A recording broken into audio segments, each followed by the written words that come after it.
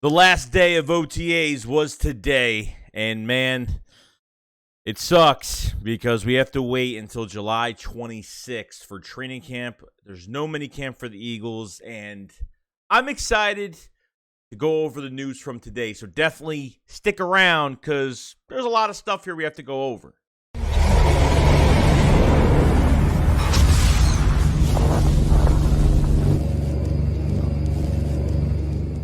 What is going on, guys? Hope everyone's having a fantastic day. So last day of OTAs. Definitely want to go over some of the news, the 7-on-7, some of the updates with some of these players, who was there, who wasn't there, just everything in general. We're going to go over right now. So it looks like Tyree Jackson is a player that we've kind of been looking like. A guy had really good size, coming into, second year as a tight end and obviously coming off that ACL injury. So no helmet, did not practice. No sleeve or brace, nothing on his legs. I guess, he was apparently moving around, so that's a good thing. I would just put him on the shelf. It will help to just put him on the shelf, put him on IR, just, let Grant Calcaterra and Jack Stahl, let these other guys compete for the second, third job, because I think they will keep three tight ends at the end of the day. So Tyree Jackson is, like I said, I would keep him if you try to get him some playing time later this year, God forbid for injuries or something like that. That's great. But I would give Tyree Jackson maybe one more year. And if he has some significant injury once again, I think we say goodbye to this player. And I think that's really all that's going to happen. So Tyree Jackson is definitely somebody I'm not just going to get rid of. I want to just at least put him away, try to put him on the shelf if that's the case. And we'll see what happens with that. Now, y'all know no Jalen Reagor at practice. So, punt return duties as of right now, it was Quez Watkins, Greg Ward, Kenneth Gainwell, Boston Scott, and my man, Britton Covey, the undrafted wide receiver from Utah. How about that? I don't want Quez Watkins getting punt returns. I really don't. We need him for this offense. We need him healthy. I don't want him to take a big hit. Greg Ward, we've seen that episode, a couple years ago, and I don't think we want to see Greg Ward at punt returns. Maybe he will be better. I don't know. I mean, Greg Ward's probably not going to get any playing time this year, so it's going to be crazy. Kenneth Gainwell is definitely somebody else. Kenneth Gainwell is definitely somebody you could probably put there, but I think Britton Covey and Boston Scott, if those are the two on my list right now, Britton Covey and Boston Scott are probably my two guys right now that maybe will get that punt return spot. I hope Britton Covey gets it. I know he's a little bit smaller at 5'7", 175 pounds, something like that. But I'm excited for Britton Covey, man. It's going to be fantastic. So 2 big touchdowns on 7-on-7s today, okay? 2 big touchdowns. Jalen Hurts went 4 for 5, 7 versus 7 drills. Okay, there were a lot of short passes, 2 deep passes, 1 incompletion. That was a drop, and probably and what looked like I think he was almost sacked on 1 play pretty much. So a bomb, 40-50-yard bomb to John Hightower. I don't know if it's 40-50 yards. They said some of the beat writers said 40, some of them said 50.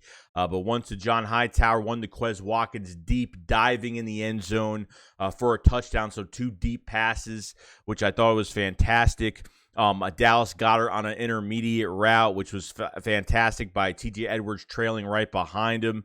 Darius Slay and Bradbury had a pretty good day. Now, Bradbury got burned on that touchdown by Quez Watkins. I mean, he got burned by a mile, which was kind of crazy. So, Quez Watkins is just getting better and better and better, which is fantastic. So, defensively, Anthony Harris had a pass breakup today. Kaiser White actually deflected a pass. And Davion Taylor had a pick today. They had Derek Barnett on 7-on-7s, dropping in coverage as well. That's what Jim Schwartz kind of did with him when he first, was the Eagles defensive coordinator. Started doing that with him, which was great. Kenneth Gainwell, did pretty well. Went out for a pass. Ran a couple times. He had some yak yards today, so I want to see more from Kenneth Gainwell with the competition looming at running back. Kennedy Brooks in the building as well, which I think Kenneth Gainwell is probably was a total steal 5th round pick for us from Memphis, and not really a special skill set in his running, but the guy could line up as a dual threat as a wide receiver, and they started doing that with him last year, which I really did like. Jason Huntley had 2 really big plays today. He had a wheel route. And I think he's definitely, he always produces during these camps. Unfortunately, he has so much competition in front of him. But maybe if the Eagles don't want to have a bruiser back and they don't want to have a guy like Kennedy Brooks and maybe it doesn't work out, maybe you can have Jason Huntley finally on the active roster, because I don't think Jason Huntley's ever made the roster. I mean, they've moved him up for some games here and there, but, a couple snaps here and there, barely even that. The guy has too much. I think when we got him from Detroit, I thought it was a really good signing a couple years ago, and the guy could run. The problem is, I would try to get him on special teams if they can, but he is small, and I think he could, do well with this offense and contribute a little bit in the run game. But like I said, the competition in front of them, there's way too much. The Eagles aren't keeping 5 running backs. I'd say 4 at the end of the day. So if Kenny Brooks don't make it, Jason Huntley could be the next guy in line. If they don't want to bring in a bruiser back, or like I said, Kenny Brooks doesn't make it, they don't sign Jordan Howard or something like that, then Jason Huntley definitely has that spot. So other than that, you go to the offensive line today, and you had Isaac Seumalo at right guard, and you had Jack Driscoll at right tackle, which, we saw the rumors that they were going to use Isaac Seumalo at that right guard spot a little bit.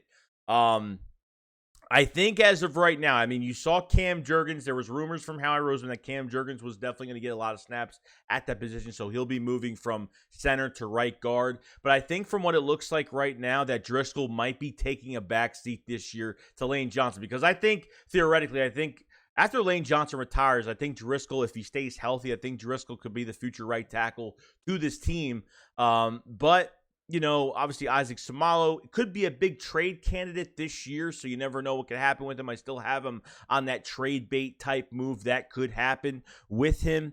And I think, might start at right guard this year. I think Driscoll's a good right guard. I think he's solid, but I don't think he's anything amazing. I don't think he's anything Pro Bowl material or anything that's going to bring us to the top. I think he's a better right tackle. And since you let Nate Herbig leave and released him, now you need to kind of fill that void, and I don't know who could play both guard spots. Well, obviously Isaac Seumalo could play both guard spots now, because I didn't know how well he plays at right guard. So hopefully, he looked really good out there. So we'll see. It's only OTAs. Take this with a grain of salt. So I think the offensive line is going to have, we're so lucky because we're one of the very few teams in the league that have a top 3. I'd say probably number 1 offensive line in the league. I'm sorry, but with the depth behind it, I think they're just unstoppable and for years to come, and getting a lot younger now, which is great. So other than that, guys, it's pretty much it. It's been a pretty good day for the last day of OTAs. They only had 6 practices.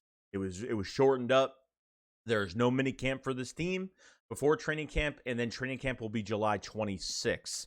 So, there's a lot to look at here. And wait till Miami comes into town and we face them, and a lot of competition there, and watch this thing grow. That's it. It's really up to the coaches to produce these players and put these players in the right position to win football games. And I'm excited for the competition. I'm actually really excited for preseason.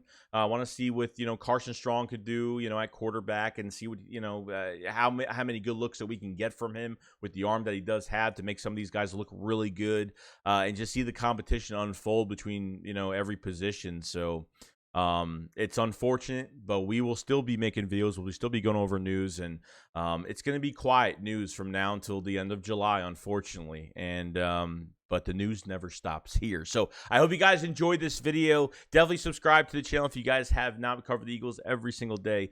This was the last day of training camp. So you guys let me know what you guys think about the day and the competition. What players are you mostly excited for? Definitely let me know. And I'll see you guys on the next one. SHAKESQUAD up, follow. So peace out, guys. Peace.